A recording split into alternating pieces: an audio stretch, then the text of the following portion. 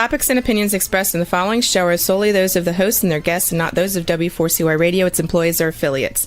We make no recommendations or endorsements for radio show programs, services, or products mentioned on air or on our web. No liability, explicit or implied, shall be extended to W4CY Radio or its employees or affiliates. Any questions or comments should be directed to those show hosts. Thank you for choosing W4CY Radio.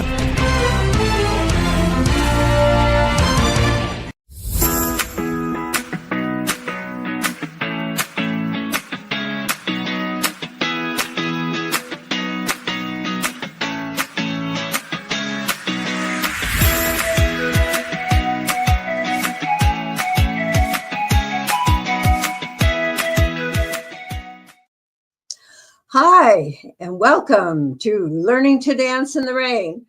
I'm Shelby Wagner, your host, and this is a show where we talk about life issues and provide insights and guidance and meaningful conversation, hopefully to help you get meet your storms and get through them and learn to develop resilience. That's our theme. We want to be able to face our problems and move on, face any kind of storms that come on. Today, I also should say that I like to bring you interesting information from different people that I find very interesting, and I think maybe you will too. And today, I'm very excited to interview as a guest my friend, Dean Piper, who is the Pipeman. And I'm going to read a little bit about him and then we'll have him come on. He's an international radio personality and podcaster, marketer, publicist, promoter, published author, speaker, coach, and trainer. And I saw website designer and a few other things I've learned about him. He's founder of Talk 4 Media and this Pipe Productions. And the Talk 4 Media is the one that takes care of all my engineering needs here on this podcast and all of my needs on the social media and advertising. And so I'm really, really enjoying knowing this young man. Would you please welcome Dean Piper, the Pipeman? Hi. Hello. How are you? Hey, I'm great. We're snowing here in Michigan today. We got a couple inches of snow. I'm in Florida and it's not snowing here. Oh, thank goodness, huh? It's a very big disappointment when you go to Florida to see some sunshine and they're having bad weather too. Yeah, I was in North Carolina, just at the end of the month for Thanksgiving, and I came back to Florida. It was in the low 40s, and I'm like, oh my God, I left North Carolina, come back to Florida to warm up, not deal with this, but now it's better. It only lasts for like a second when it's that cold here. So how was it in North Carolina? I'm going to go down there for Christmas. Well, where my kids are located, it was in when I first got there, it was 40s and 50s. When I was leaving, it was 20s and 30s. And the unfortunate part about where they live is it gets cold, but it never snows. It like very hardly snows. My viewpoint is if it's going to be cold, let it snow. Yeah, that's good. We had a really beautiful fall up here in Michigan. We were like, in the 60s and it hit low 70s right up until the end of November. So all of a sudden it dropped down to 35, down to 26, I think, during the daytime even. And boy, I don't know. I guess as I get older, that cold air just doesn't feel very good to me. No, I'm telling you that's why I'm wearing the hat too, is because like I'm growing the winter hair and the winter beard, to keep a little warmer. And so, my hair's a little in the disheveled stage. So we put the hat on it to make sure I don't scare anybody, but yeah. But I was up there in North Carolina wearing beanies, so I didn't need to go get my hair cut. It was too cold. But you're right. as I get older, like I used to love the cold. Now I hate it. Like usually I'm one of the dummies that does the opposite of a snowbird. I'm in Florida when everybody else is leaving, and I go to winter places during the winter. And this year I was like, yeah, I don't want to do that anymore. Like every year the cold becomes less and less inviting. The last time I was in Jersey, which is my home, last two times I was like, oh, I can never live here again. It was gray, freezing rain, and just nasty. That's the part that's worse. Not the cold, but the gray. The The what? gray. The gray. Oh, the Gray gray. skies. Mhm. Just it's miserable. But you know what? It's great for doing shows like this. That's what it's great for. Because Because because they're I'm inside.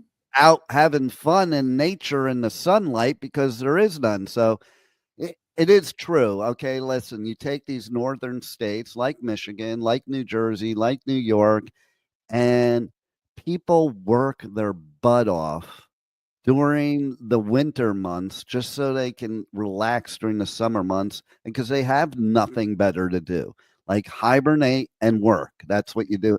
I think that's why people are more productive in those areas, because if you take the warm weather areas like Florida, like California, I find people's work ethic to be a lot less. I find their motivation to be a lot less.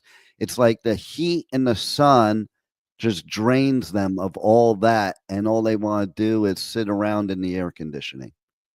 I think that must be true.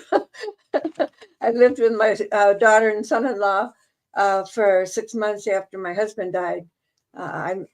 We had relocated to Tennessee, and so she invited me to come back and stay with him for a while. And he liked it. And this was July, August. Well, it was August, September. It was still warm. But inside the house, they had the air conditioner down to 72, or what was it, down to 68, I think. And I was freezing. I Oh said, yeah, I was yeah, just at my friend's house in California, and they had the air conditioning on 65. I woke up in the morning. I'm like, I need to wear my winter jacket in this house. right, right. Finally, I convinced my daughter, and she went and talked to her husband, and she says, I like to wear shorts in the summer. And it's too cold inside. I can't wear them. So he turned it up a little bit, but that's fun. That's funny. Anyway, I'd like to know how you got started with her. What motivated you? Which came first, the podcast or the talk for media? Well, I think my mother and father came first, and that's where it all started. Okay. Really? Well, because if it weren't for them, we wouldn't be here Oh, talking right now, But seriously, okay, so basically, I used to be very big in the financial business. I'm also a motivational speaker, coach, and trainer. So I was always on the other side of the fence. I would pay to do radio shows to get leads for my business, and to inform people and just everything like that. And, you know, it was 2007, and we had the beginning of what was then called internet radio, which is now called streaming. They don't call it. It's funny how things didn't industries progress and they changed the name to create some like buzzwords like podcasting. It's so funny. We were doing podcasting before it was even a word. And now that it's a word, everybody thinks it's like the new buzz thing. It's the greatest thing since crushed ice. And all podcast really is a recording. We've been doing it since the beginning of time. It's not something new. It's not some new technology. The way we do it is new technology, but a podcast is simply a recording. That's all it is. And it gives everybody a voice. But what I saw back in 2007 is not what we're seeing today. There was no such word as streaming. There was no such word as podcasting. Terrestrial radio, AM, FM was the thing. And nobody ever thought internet radio was going to go anywhere except me. I kind of I always said it's like Bill Gates. Bill Gates worked for IBM. He went to IBM with an idea of a concept of a PC in every home. And IBM looked at him and said, "You're nuts. The mainframe will never go away." And that's when he left IBM and started Microsoft. And kind of same thing happened with me. I, was paying to do these radio shows, and the first internet station I was on, it was this dude was doing it at his house. And while I'm doing the radio show, his dog is running around me and cats climbing on the studio table as I'm trying to do the show. And I mean, I'm allergic to cats too. So it's like, but I'm like, I can't bring guests here. Like, this is before we were doing remote, when you're doing it in person. I can't bring guests here. It's ridiculous. And you know, yeah, that's why nobody's taking this seriously, is what I was thinking of myself. But I did see the vision of where media was going. I knew that what we were doing was archaic. One of the things I knew is that you just look at the equipment at radio stations that's still there at AM, FM stations. It's the same equipment they've been using since like the 60s. Okay. And that's so outdated now. And, you either have to evolve with change or die with it. And IBM chose to die with it. And that's why IBM suffered forever. But, they really got hit hard for 25 years. And they're still not the company, the monster that they were back in the 70s. Okay. And no different here. Okay. I was looking at this. I'm like, I believe this will be the thing. And I used to tell people, you're going to hear radio in your cars and you're going to listen on your phones and this and that. And people thought I was nuts, because we had flip phones then. We didn't have smartphones yet, so, but nobody had this imagination of what you and I are doing right this second. But I did. And so, very similar to what happened with Bill Gates, I had a contract with the radio station I was at. And besides, I'm a very loyal type of person and fair person. So I went to the owner of that station. And I said, "Listen, I've been doing some research and I think I can take your station to a whole nother level." And of course, he did what so many people do, especially males in any business, that he let his ego get in the way. And he was like, I couldn't believe how stupid he was too, because about what I'm about to tell you next. But he basically said, "I've been here before you, I'll be here after you," and blah, blah, blah, blah, and then proceeds to rip up my contract in front of him. Like, what an idiot, to be blunt, because he just put me into business. I wasn't going to be able to go into business till the contract was over. I would have to continue paying him till the contract was over. He did not benefit himself in any way, shape, or form. He just let his ego get in the way, ripped up my contract, and the very next day is when Talk 4 Media was started. The very next day, because before that, I was already doing the research and the planning. I already hired the people, because here's what my viewpoint was that I was trying to tell this person. If you want it to be a legitimate business, you have to run it like a real radio station.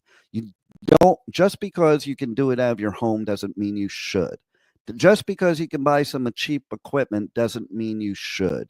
Just because you can do it yourself doesn't mean you should.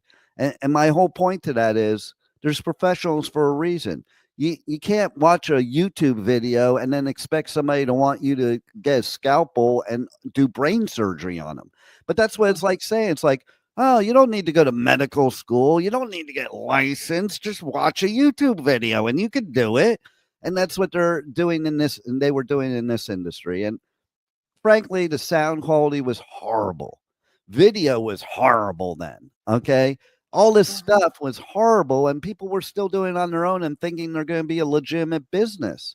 But that's not the case. So my idea was, I got professional studios just like terrestrial stations. I got state-of-the-art equipment and spent thousands of dollars, not dollars. You can't buy a $50 mic and expect to run a radio station. I hired professional engineers. That's what they did. Just like a brain surgeon does brain surgery, just like a teacher has qualifications like yourself and is a teacher, not somebody wakes up in the morning and decides to go to a school and teach, which I hear nowadays. That's what's happening because teachers don't want to teach anymore. So they're just hiring anybody to teach our kids. That's wow. scary. Wow. That Wow. is scary. Okay. The whole DIY thing in every industry is scary, in my opinion. Yes, you should be able to do some things yourself, but leave some things to professionals. I mean, really, what do they say about lawyers? A lawyer that represents themselves has a fool for a client. It's just true in every industry, and this one's no different. So Mm. basically, and then we did all kinds of events because what terrestrial stations do, they do events. So we did everything that a terrestrial station would do. On top of that, what did we do? We did it legally. Okay. We went and got licensed. We're still licensed to this day. We pay royalties all the time. We do reporting. This is required by law. Yet even now, there's thousands of podcasters breaking the law because they want to do it themselves and they don't know the law. And that's going to be, that's not fair to artists. You got a radio station, you're playing their music, they deserve to get paid. I've talked to some people that are new in this industry and they're like, well, they should just be happy I'm playing their music. No, they shouldn't. They're not working. You want to work for free? They don't want to work for free either, type of thing. And so basically, I tested this radio station for 3 months before even broadcasting live to make sure the sound was perfect. It was exactly the professionalism that was needed that wasn't existent in internet radio at that time. And that is the beginning of where we are today, that now we have several radio stations, a podcasting network, a TV streaming network, and a marketing firm, as well as a partnership with iHeartRadio, Pandora, Spotify, Amazon Music, Audible, and we have associations with over 100 other podcast outlets. We are partnered with music festivals all over the world. We're partnered with broadcasting and podcast conferences throughout the world. Why?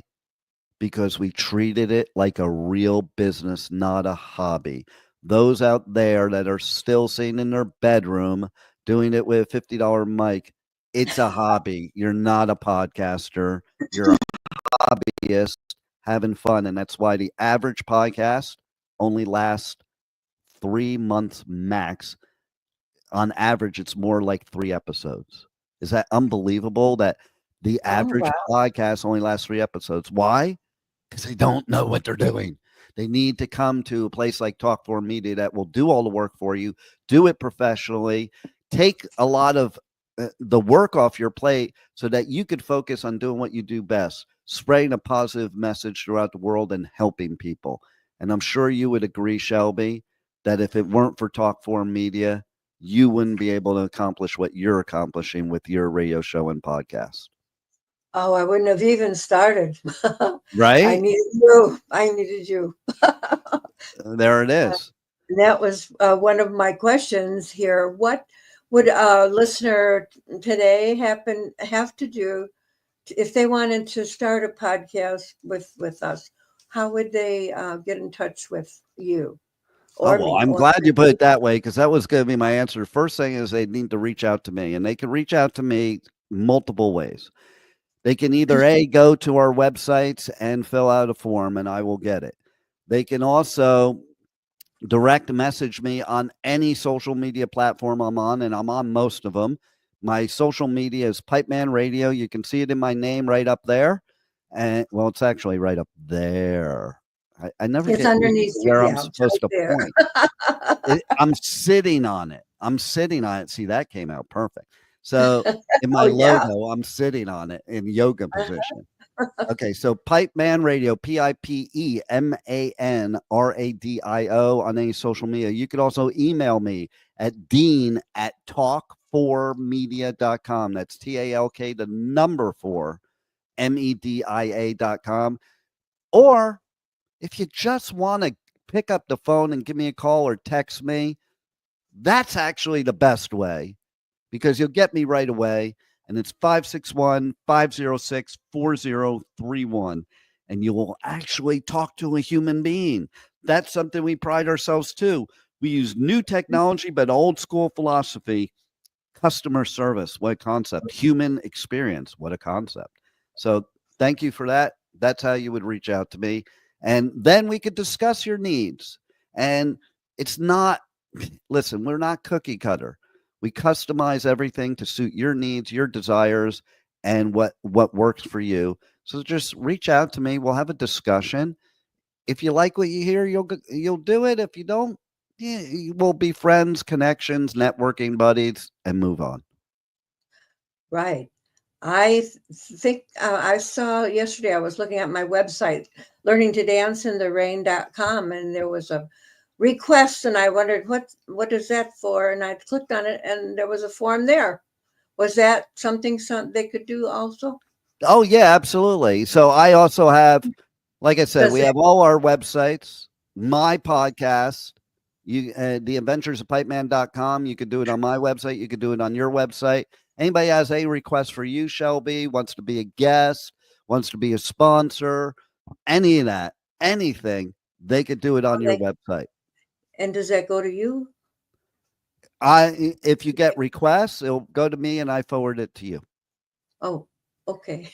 So that way, well, you take care of everything for me, so that's right. And you don't have to manage anything. You don't have to understand anything. I make it very simple for you. Like, listen, we've had people, and Rebel, who's engineering the show right now, can testify. We've had people that don't even know how to turn on their computer, do a show. So, oh, really? You don't really need to know anything. You just have to be you. That's the best advice I ever give to any guest, host, podcast, or whatever. Just be you. It's not like the old days. The infomercials don't work anymore. People want real, they want conversations. Just be you. Like, you want to know how much preparation I did for this appearance on your show? Oh, I bet you worked a couple, 3 hours. Yeah, it was more like 10 seconds.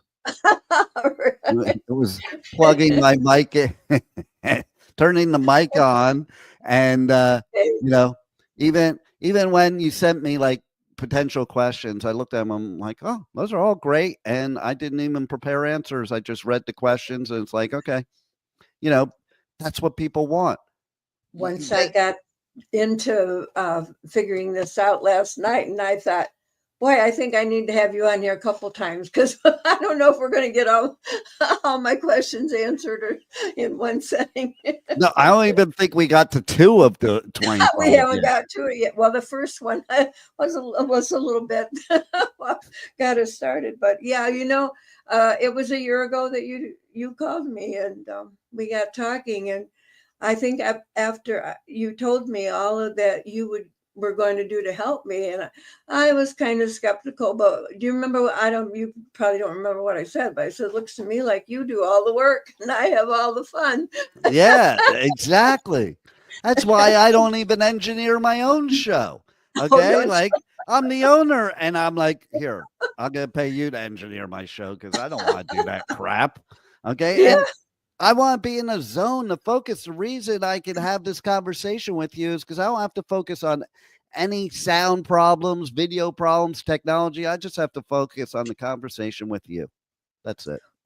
Well, you must focus on my show, and you do or you probably don't even have anything to do with that either, really.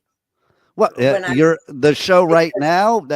No, I do the behind the scenes, but to be on your show, yeah, Rebel's doing all the work. I'm just sitting here, I'm just sitting here having a good time while Rebel's the one working to the bone right now, like, not me. And it isn't long, maybe one time, I think it was 15 minutes after the show finished, I saw a note that said it was already up on YouTube. Yeah. Or it was already on my website. I thought, that Dean is really working hard and fast. That's right. That's right. And that's what we do for you, because listen, how many DIY podcasters, like, they don't put up their episodes till like 2 months later because they just don't have time, Right. And that's why you need to go with a professional, because that podcast is no longer really relevant 2 months later. Okay. Mm-hmm. So we pride ourselves on getting the stuff done immediately and making sure that we have the power to do so, so that you as the show host benefit, you know, like you said, it's pretty amazing that 15 minutes after the show, you were already seeing it on your website. Mm-hmm. That's what we do for you. Yeah, that's really. Can I put a little bit of a plug in? Yeah, I think it was yesterday. I checked on Amazon Audible and Originals to see if my book was up there yet. I have an audio book on learning to dance in the rain, and that book did not come up, even though I hired them on November 7th. That's a month ago, to put my audiobook up, and it wasn't up there. But you know what? All of my episodes were up there on Audible. I couldn't believe it. I thought, wow. I was really impressed with that too. I've been impressed with you, and I've been impressed with Rebel this whole year. I just really have enjoyed doing it, and I'm Well, hoping we that. love hearing that from you. I really love hearing that from you, because I'm not impressed with Rebel. So if you are, she must be good. Um, Oh, come on! I think Nah, I, Rebel's been with me 12 years too long. And no, seriously, Rebel is unbelievable. And, you know, that she is the reason that people could have a good podcast opposed to just a podcast. Mhm. Well, uh, I'm very impressed with both of you. So let's see. How did you get to from Dean Piper to the Pipeman? Well, there's the question right there. So that's That's that's the a good question. story too. That okay. Okay. So, and it is actually an old nickname of mine that resurfaced. So when I was originally doing all my radio shows, and even when I started this network and doing my shows, all my shows were very business oriented, very serious, motivational, financial, things like that. Okay.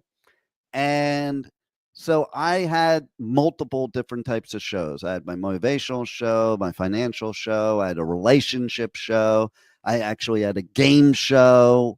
I had all these different types of shows I was doing. But on the relationship show, I developed this show where basically I had three co-hosts that I recruited specifically because of what they and who they were. Myself, being on the radio is playing a role, but I never really played a role before. That wasn't what I did. I was just myself. So on this relationship show, I was myself. And myself is what women have told me throughout my lifetime, including my daughters and including my ex-wives. And even to this day, the ex-wives still say it, but I have the too nice syndrome. Okay. I've been told many times too nice. I'm the typical guy that the women don't want because I'm actually the nice guy and I'm not the one beating the crap out of them. I'm not the one bossing them around. I'm not the one controlling them, all these things. And like people are hearing me say this, and I'm saying it because it is kind of true for both sides, men and women. We pick the people we shouldn't be with and we ignore the ones we should be with. And so basically, I played myself, and that was the nice, hopeless romantic. And then I recruited two women. One of them was a very conservative married woman who was a businesswoman. And the other woman was married too, but she was a hot Latina that was the epitome of the woman player. And then I picked another guy. He was the opposite of me, the epitome of the guy player, or what I always used to say, why do women always pick these jerks? I don't get it. And he was 40 years old, never had a relationship longer than a year, doesn't go on a second date unless he had sex on the first date. So a total player. At one point, he had to leave the show. He was going on some adventure in Peru. And so I decided instead of replacing him, that I would just play both roles. And that is where Pipeman was born, because it was very interesting too. It, it really changed my whole show, because I got a little taste of the other side, but not in real life. So that was like, I never could be the other side in real life. But when you're the nice guy, your whole life you're scratching your head like, I just don't get it. Why do they pick these jerk offs? Why do they think being too nice is a bad thing? Why do they think being a romantic is a bad thing? And then I got to walk in the jerk's shoes. And oh my God, it was enlightening. It was enlightening, 100%. And I'm actually going to bring Rebel on in a minute so she can testify about something. And I'll give her her cue. This is her cue that I'm going to give her a cue. Okay. But basically, you know, it was like became like a social experiment. I got to see how the other half lived. Okay. And I was like, I get it now. And so Pipeman is kind of an alter ego radio moniker personality now, that on my show, I'm multiple, like I have multiple personalities. So that's what comes out of my show. We all have multiple personality facets of our personality. I call it multiple personality disorder for me, but everybody else, it's normal. Okay. And that is, my show is professional, business, shock jock, comedy, music. It's a whole variety. I've been compared to Howard Stern, but I've also been told if Howard Stern and Tony Robbins had a baby, that's Pipeman. Okay. And so basically it became a thing on the radio, but then it overflows into real life and again shows how, oh my God, I don't understand these people type of thing. So I'm going to tell two very telling stories that you're going to love. Okay. One is going to involve Rebel. And this is where she's involved. So one time I was covering the show here at the South Florida Fair. It was a band Puddle of Mud. And my daughter worked for the station at the time.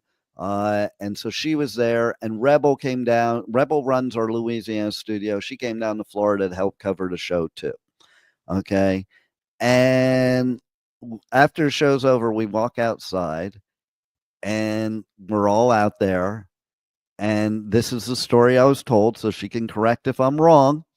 Rebel turned to my daughter and like, what's up with all the women? Because there were a whole bunch of women surrounding me. And Jessica did one of these. Oh, yeah. All the women love my dad. Rebel, is that story accurate? This is so true. I didn't understand it myself until I watched and I learned. And it was like, oh my word. Yep. But they loved Pipeman. Now, here's the sad part about it. Okay. And here's where a problem lies. And it's apropos for your show and what you talk about right now and why people get scammed in dating and stuff like that. Because I will meet women as Pipeman because I go out and do events.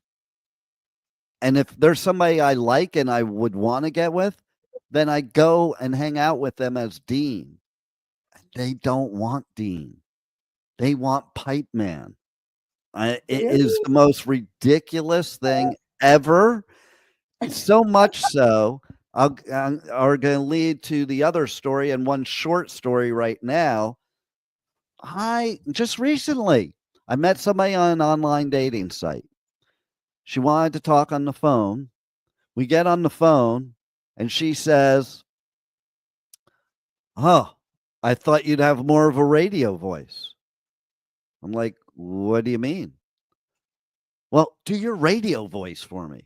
I'm like, It's not a radio voice. That's my actual voice. No, seriously. Can you do your radio voice for me?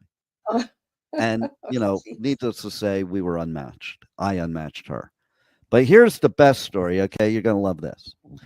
So, thing one, that's how I refer to my ex-wives on my radio show. It's thing one and thing two, okay? And if you ever met thing one, she would tell you, if she knew you were related to the radio station, oh, you probably know me as thing one. And so when we got divorced, she says to me, I really hope you find what you're looking for, because you're like the most romantic person I ever met in my life. I'm just not into that. And that was one of my first wake up calls in life, because all my life I thought I should be this nice guy, romantic friend zone dude, and didn't realize it wasn't working well for me. And so, and that doesn't mean I'm not that way as Dean. Still, I am, but it still doesn't work out so well. Whereas things work out very well for Pipeman, I can tell you right now. But okay, so my ex calls my daughter one day at the studio, and she goes, I was listening to your dad's radio show. And now at this point, we were divorced for like 12 years. And she got, no, it wasn't 12 years. I don't remember what it was, but we were married for 12 years. And she goes, what happened to him? He's so obnoxious now. He was never that obnoxious in all the 12 years we were married. He's such a player now. So, then she tried to reconcile with me. Why? Because she thought I was a player now. And so now I was her type. Married for 12 years, but now I was her type because I was Pipeman. And so that story, I make fun of it and I laugh, but it's kind of hurtful actually, because it's like, oh my God, what is wrong with people? It wouldn't matter, man or woman. It goes both ways. Listen, I picked the worst picks too. Okay. I have a sign in my bedroom that two of my daughters bought for me. It said, my next wife won't be crazy. Okay. If that tells you anything. My response to them was, I wouldn't really bet on that. Okay. But it's true. It's like, we need to change how we view our relationships, really, because that is what opens the door for all the scammers and the bad people and stuff like that make relationships so very difficult. So I'm going to say right here now, for the first time ever, screw Pipeman, man. You people out there, stop with your wanting pipe. I have a commercial. We won't play it on your show. That's on my show, because I have this made up Groupon I made where it's like a bed and breakfast, and they can buy the Groupon at half price as special during my show.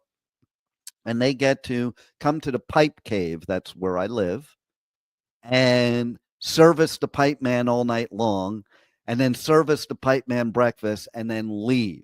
And I literally have women call into my radio show to buy this fake Groupon. It just blows my mind. The stuff I do on my show is just to blow my mind more and more every day.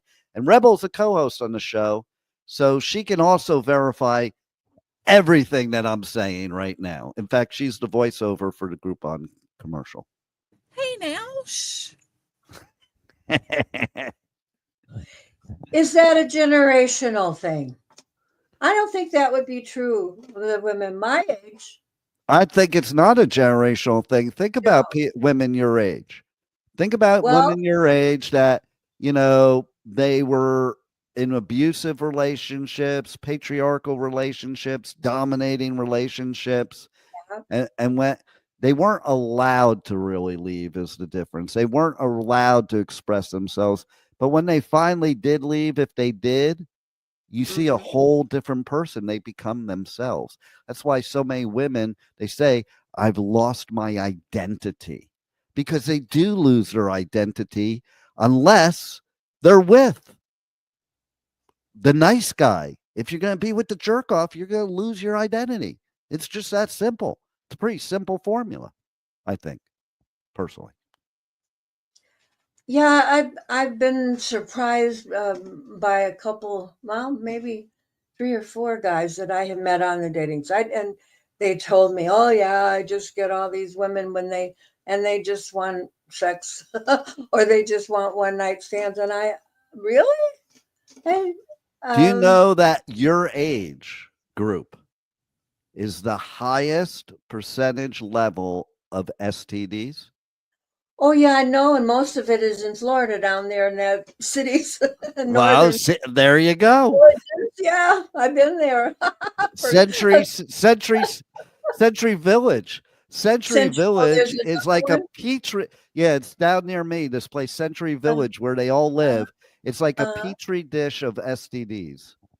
oh You boy, have to know wow, it. When you get off the airplane, there's big billboards about STDs everywhere you go. Yeah, really? Oh my, yeah. wow. Where Rebel is in Louisiana, they don't have that. You know why? Why? Because they don't care. That is not true. We become safer than you people in Florida. Anytime that you have to post billboards so people can know where they have to go is an issue. Well, Everywhere you I look, think there's the other way. billboards. I think the other way, if you're in a state where they have no billboards and nobody knows where to go and they're just spreading diseases everywhere, because, like, screw it. I can't get tested. I don't know where to get tested. Listen, people are embarrassed to get tested. So I'm all for the big signs because then they look at, oh, okay, maybe I can get tested. It's not so embarrassing. I'm Maybe we somebody. teach our people differently than you guys. Maybe we teach to be careful and safe and all of that stuff. I'm not saying that it's the cleanest place in the world to live, but come on now. There's a reason that every movie, every TV show that has every evil thing there is always based in New Orleans. Okay, just saying.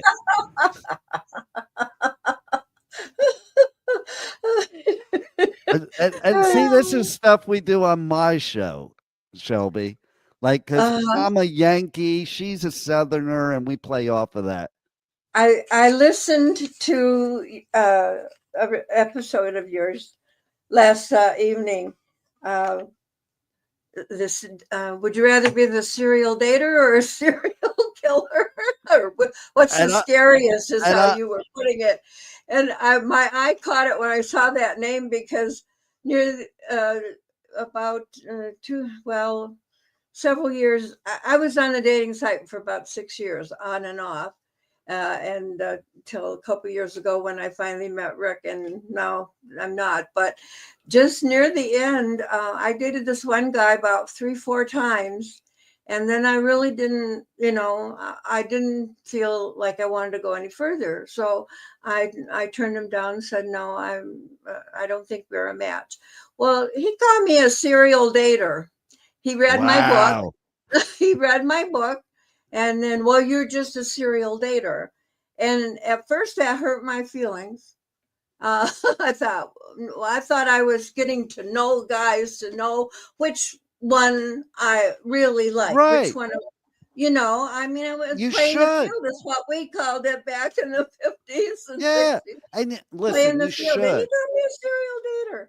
So that I hurt, and I think that's why he said it. It was to hurt me. Of But course he did. later on, I was taking a class in public, national public.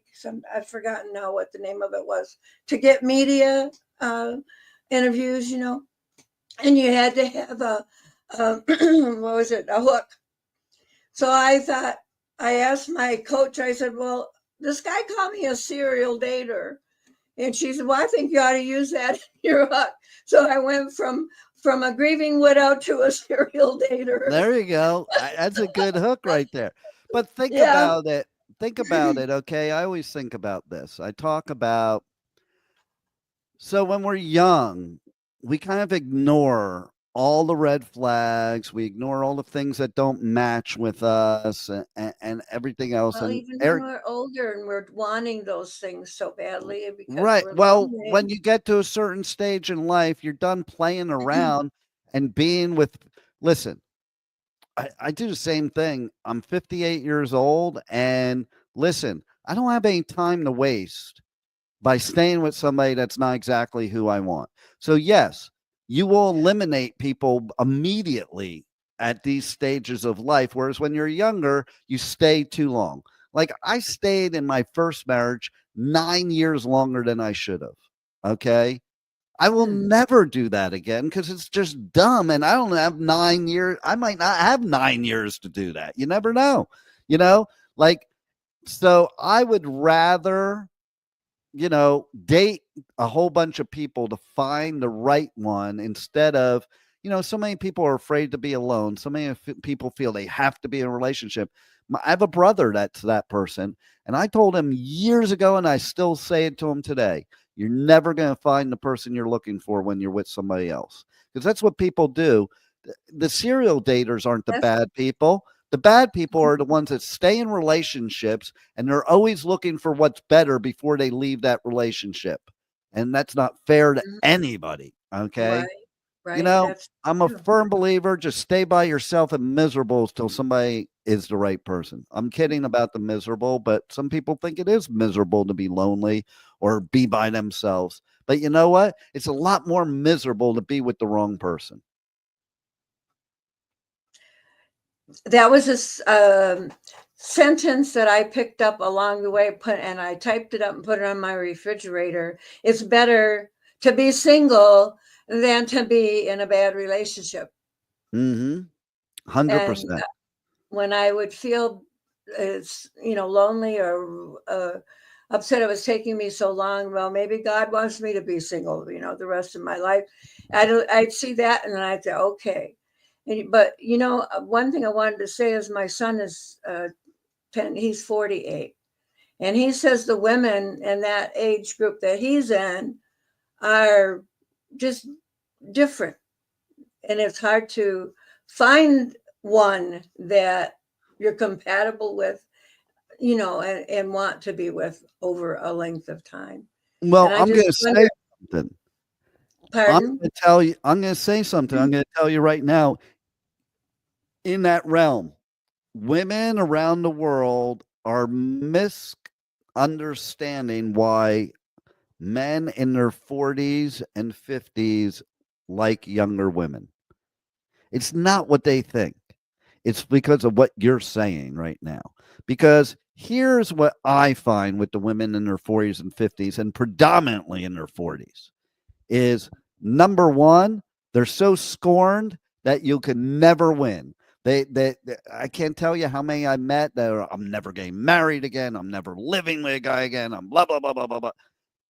So nobody wants that negativity or that not opportunity. Whereas younger women are like, they haven't gotten scorned yet. So they're into settling down. They're into being in a relationship. The women in my stage and your son's stage, they're more about their independence and being in a relationship. Like I can't tell you how many women I've met that the guideline to be in a relationship with them is that they have their total independence and we get together maybe on the weekends. That's the relationship because I can't be with a guy 20 every day. Okay?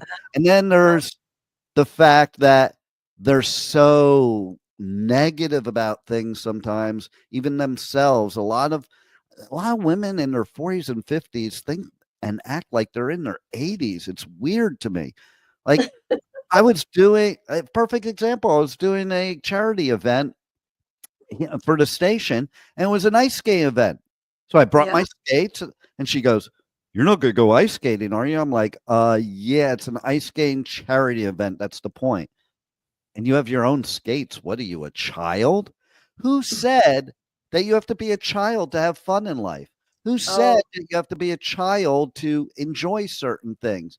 And that's the attitude that we get as men. So we want to go for the younger woman that doesn't think like that. And we even had, if you go way back in the archives, we have a radio show where it was the dating game. Remember the dating game from the 70s? Mhm. Well, the bachelor in there, and there were 3 females, and I was blindfolded. And the reason why this happened like many years ago, I was in my 40s. And Uh-huh. this friend of mine who was 28, she was like, let's do this dating show so that, you'll stop picking hot young psycho women. And I was blindfolded, and there were 3 women, 2 in my age group. Well, one a little older than me, one my age group, and one that was in her 20s. Mhm. And I ended up picking the one in her 20s without seeing what she looked like or knowing anything, just based on her answers, because she was so positive and optimistic and so not scorned at all that the other 2 were such a turnoff. There was one question I asked, and all they talked about was cheating, which I knew that I'm never going to live through that, because I'm not a cheater, but they're going to think you're a cheater because they're so focused on it. So, yeah. That's the Yeah. same age as you, the middle ones. The 40s and the 50s. 40s and 50s. Yep. Well, So and there I you go. more We about only have that, a but minute left. See? You I only know got through I have like to go. 2 questions. We're going to have to do shows for the next 2 years to cover all I those told questions. you. Yeah, we'll have to come back. You'll have to come back next month. Right? There you go. Thank you to the audience for being here today, and I hope you enjoyed it as much as I have. Um, Well, and thank you for having me too, because thank you you. rock. I love this show, and I am so honored to be a guest on it. I just saw that something that you said was another way of saying learning to dance in the rain. Anyway, I'm going to say goodbye to my audience, and I'll see you next week.